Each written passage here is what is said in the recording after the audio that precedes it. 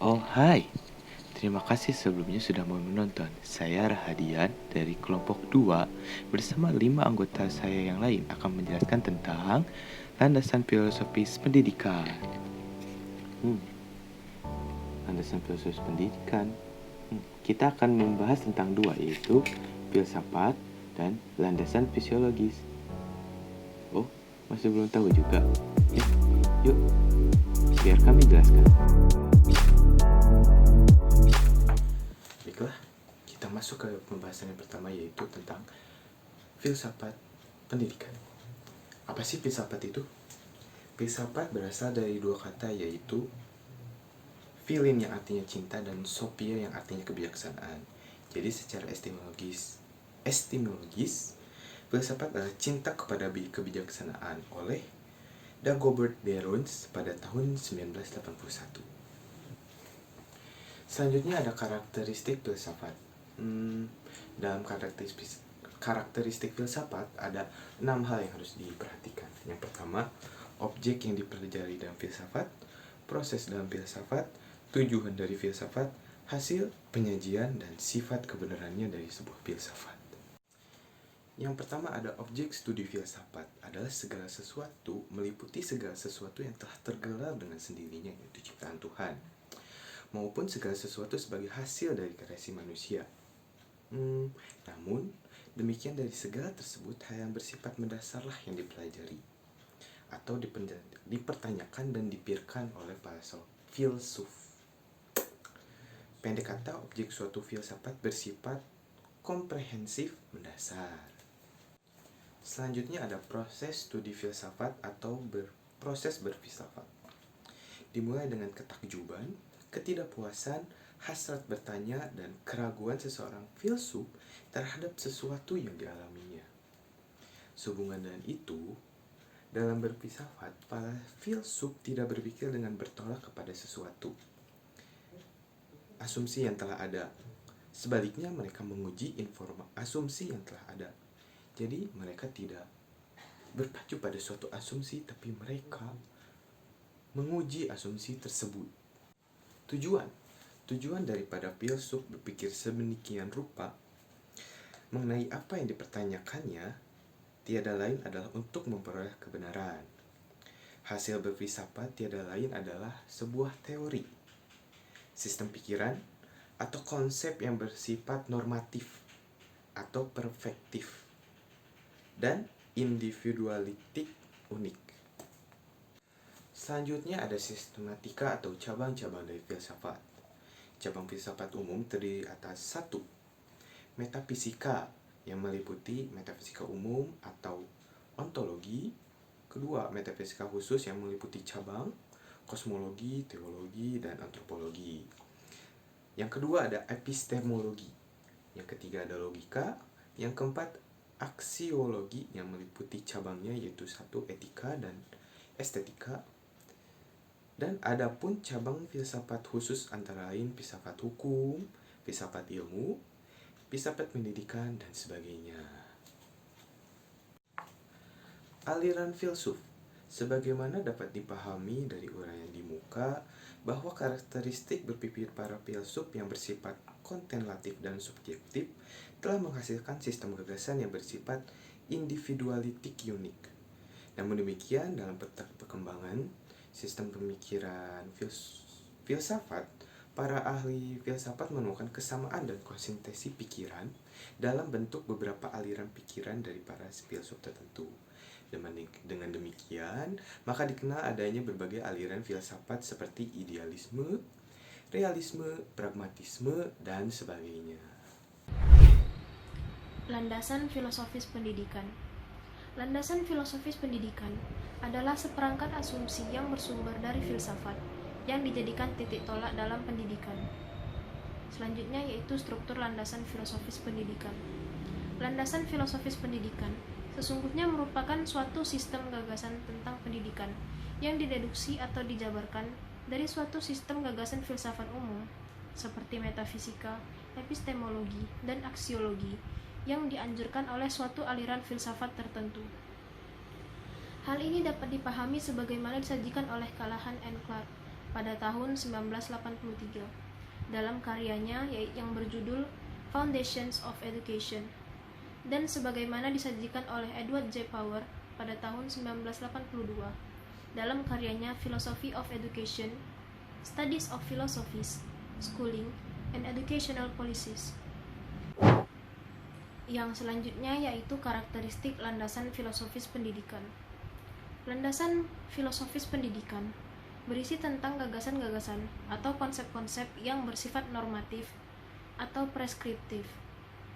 Landasan filosofis pendidikan dikatakan bersifat normatif atau preskriptif sebab landasan filosofis pendidikan tidak berisi konsep-konsep tentang pendidikan apa adanya atau faktual, melainkan berisi tentang konsep-konsep pendidikan yang seharusnya atau yang dicita-citakan atau ideal, yang disarankan oleh filsuf tertentu untuk dijadikan titik tolak dalam rangka praktek pendidikan dan atau studi pendidikan. Yang terakhir ada aliran dalam landasan filosofis pendidikan. Sebagaimana halnya dalam filsafat umum, bahwa di dalam landasan filsafat pendidikan juga terdapat berbagai aliran pendidikan. Kiranya hal ini dapat dipahami sebagai implikasi dari aliran-aliran yang terdapat di dalam filsafat umum dan atau filsafat pendidikan. Sehubungan dengan ini dikenal dengan adanya landasan filosofis pendidikan idealisme, realisme, praktisme, dan sebagainya. Oke, sebelumnya perkenalkan, saya Bagus Muhammad Abid, NIM 2006269. Kali ini saya akan menjelaskan mengenai landasan filosofis pendidikan. Landasan filosofis pendidikan ada 3, yaitu idealisme, realisme, dan pragmatisme. Masing-masing dari ketiga landasan filosofis, yaitu idealisme, realisme, dan pragmatisme, memiliki pandangan tersendiri mengenai metafisika, manusia, epistemologi, dan aksiologi. Baik, berlanjut. Yang pertama yaitu landasan idealisme. Filsafat pendidikan idealisme. Di sini tokoh yang mendukung adalah Plato. Plato mengemukakan bahwa pada konsep filsafat umum idealisme, yang pertama pendapat mengenai metafisika. Pada filsafat idealisme menekankan bahwa metafisika adalah realitas yang hakikatnya bersifat spiritual. Kemudian pada pandangannya mengenai manusia adalah makhluk spiritual, makhluk yang berpikir dan memiliki tujuan hidup. Sedangkan pada pandangannya mengenai epistemologi, pengetahuan diperoleh dengan cara mengingat kembali. Kemudian pada pandangan mengenai aksiologi, manusia diperintah oleh nilai moral yang inspiratif dan bersumber dari realitas yang absolut. Kemudian implikasinya terhadap pendidikan adalah yang pertama, tujuan pendidikan berfokus pada pembentukan karakter, pengembangan bakat insani, dan kebajikan sosial. Kemudian kurikulum atau isi pendidikan yang termaktub pada filsafat umum idealisme. Kemudian kurikulum atau isi pendidikan yang termaktub pada filsafat idealisme dalam kaitannya dengan pendidikan adalah pengembangan kemampuan berpikir melalui pendidikan liberal. Kemudian yang ketiga yaitu metode pendidikan. Pada filsafat idealisme, metode pendidikan ditekankan pada metode dialektik. Lalu peranan pendidik dan peserta didik yang ditekankan pada filsafat idealisme. Pertama, pendidik berperan untuk menciptakan lingkungan pendidikan yang nyaman bagi peserta didik. Lalu pendidik juga harus menjadi tauladan bagi para peserta didik. Kemudian peranan peserta didik dalam halnya yaitu bebas mengembangkan kepribadian dan bakatnya. Kemudian yang kedua yaitu mengikuti proses alami dari perkembangan insani. Filsafat realisme. Konsep filsafat umum realisme. Namun sebelumnya filsafat realisme ini dimulai oleh atau dicetuskan oleh murid dari Plato, yaitu Aristoteles. Pada konsep filsafat umum realisme dengan kaitannya pada pendidikan, itu pandangannya pada metafisika. Berbedanya yaitu pada hal ini, pada filsafat umum realisme, para filsuf realisme memandang dunia dalam pengertian materi yang hadir dengan sendirinya. Kemudian manusia, pada hakikatnya manusia terletak pada apa yang dikerjakannya, dan manusia bisa bebas atau tidak bebas. Kemudian pandangan mengenai epistemologi, yaitu pengetahuan diperoleh manusia melalui pengalaman dan penggunaan akalnya, Mas. Kemudian aksiologi. Pandangan mengenai aksiologi yang ditekankan pada filsafat realisme adalah tingkah laku manusia diatur oleh hukum alam. Kemudian implikasinya, yaitu implikasi konsep realisme terhadap pendidikan adalah yang pertama, tujuan pendidikan untuk menyesuaikan diri dalam hidup dan mampu melaksanakan tanggung jawab sosial. Yang kedua, kurikulum dan atau isi pendidikannya bersifat komprehensif yang berisi sains, matematika, ilmu kemanusiaan, dan ilmu sosial. Kemudian mengandung unsur liberal dan pendidikan praktis. Lalu yang ketiga, metode yang ditekankan pada filsafat realisme adalah yang pertama bersifat logis dan psikologis, lalu yang kedua metode pembiasaan. Baik, untuk pemaparan materi atau konsep landasan filsafat pragmatisme akan dijelaskan oleh teman saya, yaitu Rifda. Sekian, terima kasih. Yang ketiga ada pragmatisme. Nah, konsep filsafat umum pragmatisme berdasarkan metafisika atau hakikat realitas. Nah, aliran filsafat pragmatisme dikenal pula dengan sebutan eksperimentalisme dan instrumentalisme. Nah, menurut penganut pragmatisme, hakikat realitas adalah sesuatu yang dialami manusia atau pengalaman bersifat puar dan terus-menerus berubah. Ada hakikat manusia. Nah, ini kepribadian atau manusia tidak terpisah dari realitas pada umumnya, sebab manusia adalah bagian daripadanya dan terus-menerus bersamanya. Manusia juga adalah hasil dari evolusi biologis, psikologis, dan sosial. Nah, berdasarkan epistemologi, pengalaman yang benar diperoleh melalui pengalaman dan berpikir. Nah, segala sesuatu dapat diketahui melalui pengalaman. Adapun cara-cara memperoleh pengetahuan yang diandalkan adalah metode ilmiah, yang dimana disarankan oleh John Dewey. Selanjutnya ada aksiologi, yaitu hakikat nilai. Nilai-nilai diturunkan dari kondisi manusia. Ukuran tingkah laku individual dan sosial ditentukan secara eksperimental dalam pengalaman hidup. Nilai tidak bersifat eksklusif, tidak berdiri sendiri, melainkan ada dalam suatu proses, yaitu dalam tindakan atau perbuatan manusia itu sendiri. Nah, ada implikasi terhadap pendidikan. Ada tujuan pendidikan. Pendidikan adalah pertumbuhan sepanjang hayat, proses rekonstruksi yang berlangsung secara terus-menerus dari pengalaman yang terakumulasi dan sebuah proses sosial. Nah, ada juga pendidikan harus mengajarkan seseorang bagaimana berpikir dan menyesuaikan diri terhadap perubahan yang terjadi di dalam masyarakat. Nah, pendidikan juga memperoleh pengalaman yang berguna untuk mampu memecahkan masalah-masalah baru dalam kehidupan individual maupun sosial. Nah, selanjutnya ada kurikulum pendidikan. Kurikulum berisi pengalaman-pengalaman yang telah teruji, yang sesuai dengan minat dan kebutuhan siswa, tidak memisahkan pendidikan liberal dan pendidikan praktis. Implikasinya, warisan-warisan sosial budaya dari masa lalu tidak menjadi fokus perhatian pendidikan, melainkan pendidikan terfokus kepada kehidupan yang baik pada masa sekarang dan masa yang akan datang. Ada juga Edward J. Power pada tahun 1982 menyimpulkan bahwa kurikulum pendidikan pragmatisme berisi pengalaman-pengalaman yang telah teruji yang sesuai dengan minat dan kebutuhan siswa. Adapun kurikulum tersebut mungkin berubah. Selanjutnya ada metode pendidikan. Sebagaimana dikemukakan oleh Callahan dan Clark, Pada 1983, penganut eksperimentalisme atau pragmatisme mengutamakan penggunaan metode pemecahan masalah atau problem solving, serta metode penyelidikan dan penemuan landasan. Yang terakhir ada orientasi pendidikan. Nah, menurut Callahan dan Clark pada tahun 1983 menyatakan bahwa orientasi pendidikan pragmatisme adalah progresivisme.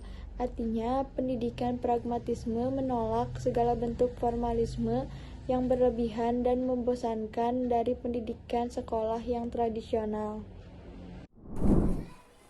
Landasan filsafat pendidikan nasional. Pancasila. Pancasila adalah dasar negara Republik Indonesia. Pancasila yang dimaksud adalah Pancasila yang rumusannya termaktub dalam Undang-Undang Dasar Negara Republik Indonesia tahun 1945. Karena Pancasila merupakan dasar negara Republik Indonesia, implikasinya, maka Pancasila juga merupakan dasar pendidikan nasional. Sejalan dengan hal tersebut, Pasal 2 Undang-Undang Republik Indonesia Nomor 20 Tahun 2003 tentang Sistem Pendidikan Nasional menyatakan bahwa pendidikan nasional adalah pendidikan yang berdasarkan Pancasila dan Undang-Undang Dasar 1945. Konsep filsafat umum. Yang pertama, metafisika. Hakikat realitas. Bangsa Indonesia meyakini bahwa realitas atau alam semesta tidaklah ada dengan sendirinya, melainkan sebagai ciptaan atau makhluk Tuhan yang Maha Esa. Di alam semesta, bukan hanya realitas fisik atau hanya realitas non-fisik yang ada. Realitas yang bersifat fisik dan atau realitas yang bersifat non-fisik terdapat dalam pluralitas fenomena alam semesta sebagai keseluruhan yang integral. Terdapat alam fana dengan segala isi, nilai, norma, atau hukum di dalamnya. Di balik itu, terdapat alam akhir yang abadi, di mana setelah mati manusia akan dimintai pertanggungjawaban dan menerima imbalan atas pelaksanaan tugas dari Tuhan yang Maha Esa. Dari hal tersebut, tersurat dan tersirat makna adanya realitas yang bersifat abadi dan realitas yang bersifat fana. Pancasila menganut asas ketuhanan yang Maha Esa. Manusia diyakini sebagai makhluk Tuhan yang Maha Esa, mendapat panggilan tugas darinya, dan harus mempertanggungjawabkan segala amal pelaksanaan tugasnya terhadap Tuhan yang Maha Esa, atau aspek religius. Asas monodualisme. Manusia adalah kesatuan badani dan rohani. Ia adalah pribadi atau individual, tetapi sekaligus insan sosial. Asas monopluralisme. Meyakini keragaman manusia, baik suku bangsa, budaya, dan sebagainya, tetapi adalah satu kesatuan sebagai bangsa Indonesia atau Bhinneka Tunggal Ika. Asas nasionalisme. Dalam eksistensinya, manusia terikat oleh ruang dan waktu. Maka ia mempunyai relasi dengan daerah, zaman, dan sejarahnya, yang diungkapkan dengan sikapnya mencintai tanah air, nusa, dan bangsa. Asas internasionalisme. Manusia Indonesia tidak menirakan eksistensi manusia lain, baik sebagai pribadi, kelompok, atau bangsa lain. Asas demokrasi. Dalam mencapai tujuan kesejahteraan bersama, kesamaan hak dan kewajiban menjadi dasar hubungan antara warga negara dan hubungan antara warga negara dan sebaliknya. Asas keadilan sosial. Dalam merealisasikan diri, manusia harus senantiasa menjunjung tinggi tujuan kepentingan bersama dalam membagi hasil pembudayaan. Epistemologi. Hakikat pengetahuan.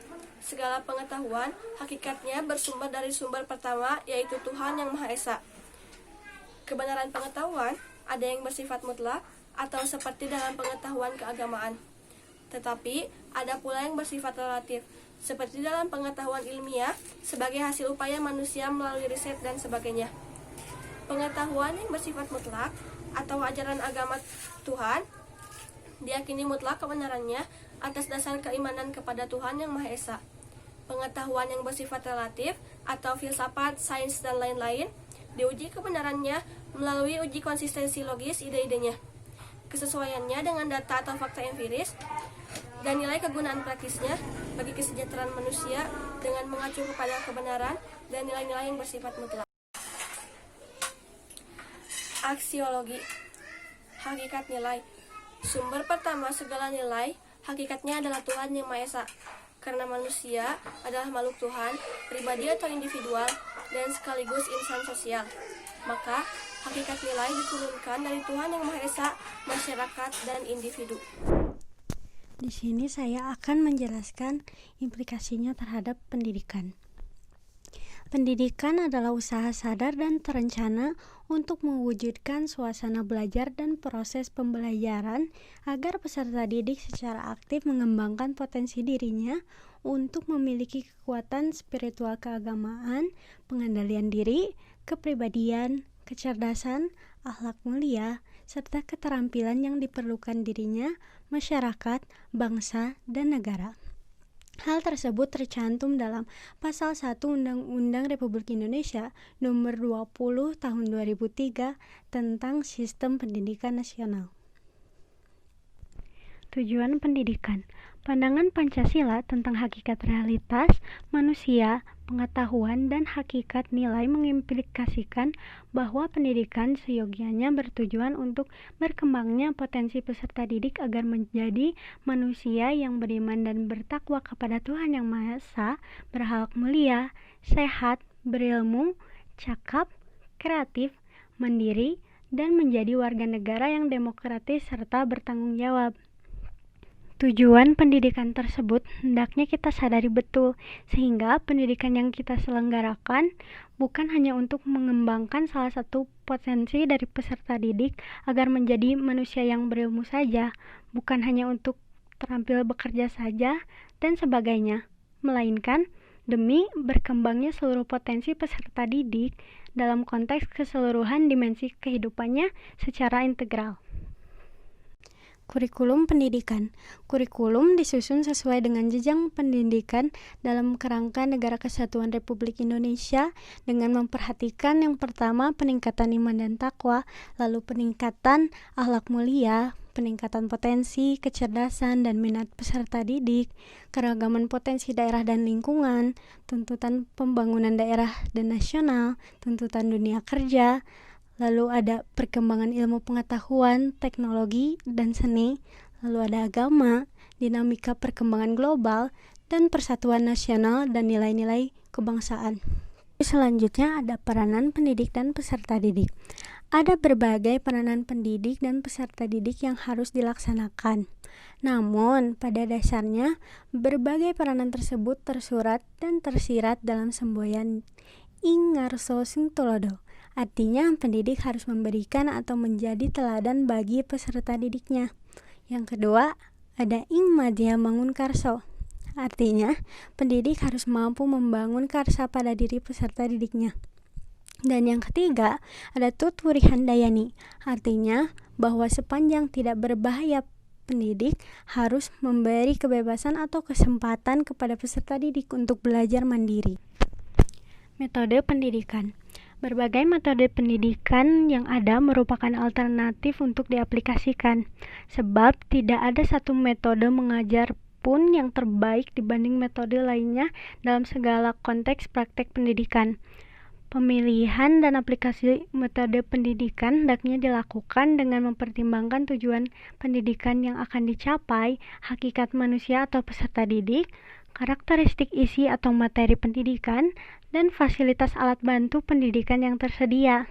Penggunaan metode pendidikan diharapkan mengacu kepada prinsip cara belajar siswa aktif atau CBSA dan sebaiknya bersifat multi metode. Yang terakhir ada orientasi pendidikan. Pendidikan memiliki dua fungsi utama, yaitu fungsi konservasi dan juga fungsi kreasi. Fungsi konservasi dilandasi asumsi bahwa terdapat nilai-nilai, pengetahuan, norma, kebiasaan-kebiasaan yang dijunjung tinggi dan dipandang berharga untuk tetap dipertahankan. Sebagai contohnya, pengetahuan dan nilai-nilai yang bersifat mutlak tentunya tetap harus dipertahankan. Demikian juga pengetahuan dan nilai-nilai budaya yang masih dipandang benar dan baik juga perlu dikonservasi. Adapun fungsi kreasi dilandasi asumsi bahwa realitas tidaklah bersifat terberi atau given dan telah selesai sebagaimana diajarkan oleh sains modern. Semua anggota semesta ikut berpartisipasi dalam mewujudkan realitas. Sebab itu, peran manusia baik sebagai individu maupun kelompok adalah merajut realitas yang diinginkannya yang dapat diterima oleh lingkungannya. Dalam hal ini, hakikat pendidikan seyogianya diletakkan pada upaya-upaya untuk menggali dan mengembangkan potensi para pelajar agar mereka tidak saja mampu memahami perubahan, tetapi mampu berperan sebagai agen perubahan atau prajut realitas. Wah, tidak terasa sudah sampai di akhir video. Terima kasih sudah menonton ya. Semoga ilmunya menjadi bermanfaat untuk kita semua. Bye.